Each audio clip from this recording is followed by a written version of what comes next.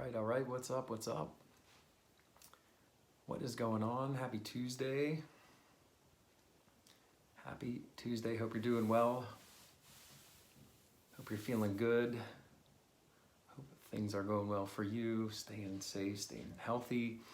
Hope things are going well. So it's Tuesday, 2 days ago, the documentary about Michael Jordan and the last season with the Bulls wrapped up, and I just want to say, if you haven't seen it, check it out. It's awesome. What's up, John? What's going on, man? I know you've been watching The Last Dance.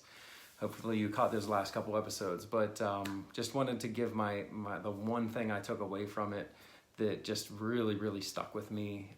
If you haven't watched it, it's a 10-part. They call it, I think, a docu-series on ESPN.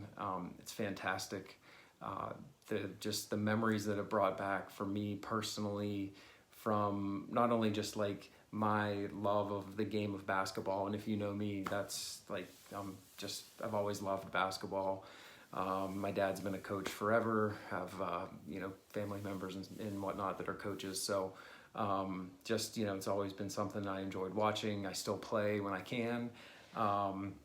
But that just brought back all those memories kind of as I was graduating high school and playing basketball and all that. But also just like the time, the era, the game itself at that time, and just like the great players, and obviously Michael Jordan and the Bulls were at the forefront of it. It's just a little known fact, Michael Jordan was not my favorite player growing up. It was actually Dominique Wilkins.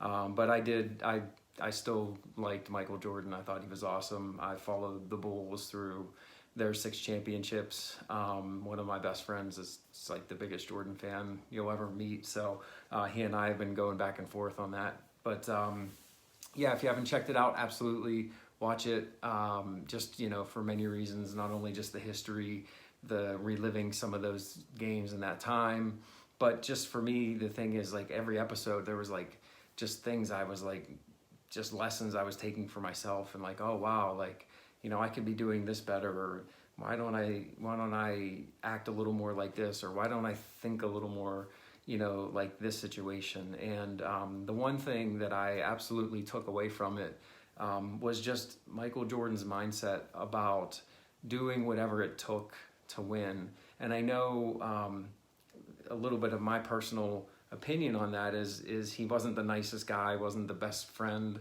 wasn't, some of those things that you might hope that he is, because he seems like a pretty decent guy, because that's what the image that he projects, which is cool.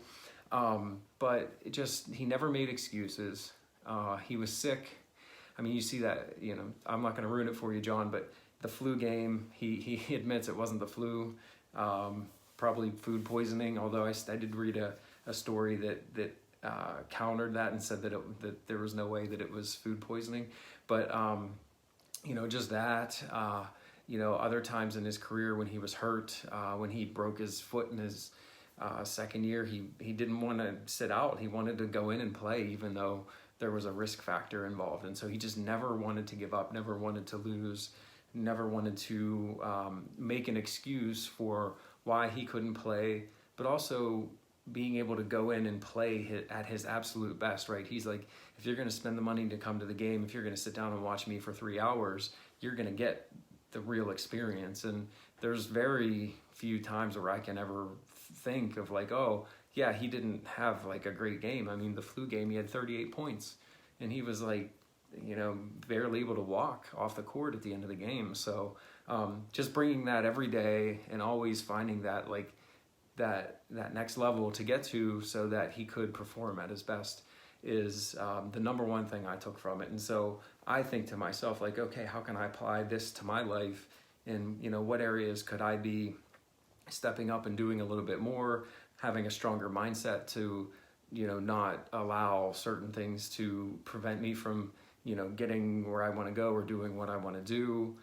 Even just like the physical aspect of it, right? Like playing injured or sick or whatnot. I hurt my back the other day doing pull-ups, and I'm trying to do the Murph challenge again, which I didn't realize was on Monday.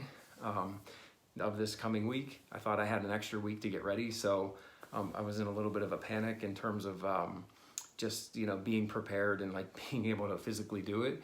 And I hurt my back. And so today I told myself, I'm like, I'm not going to let that stop me. I don't want to get injured, but I just had the mindset of like not thinking about my back hurting and not letting that deter me from getting where I want to go. And sure enough, I felt great when I was doing the pull-ups today and doing my workout. So just, you know, developing that mindset, that strong, you know, mental toughness that you're not going to let certain things hold you back from getting where you want to go. So that was the number one thing that I took from it. And I always knew that he was, you know, just had that mentality, that winning mentality.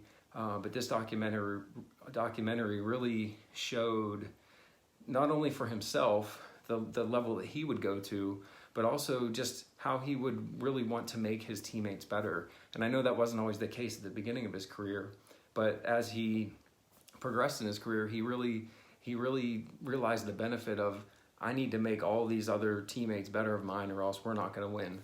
And so just being able to get everybody to that level that they were at, that was just that next step up, so that they could be just a little bit better than they were the previous game or the previous season. So that was it. That was the number one thing. Would love to hear, you know, what you thought of the series, what your takeaways were from it. Maybe if you're going to apply something to your life, you know, love to hear that. So shoot me a message, drop a comment below. Would love to hear what it is. All right, talk soon. Bye.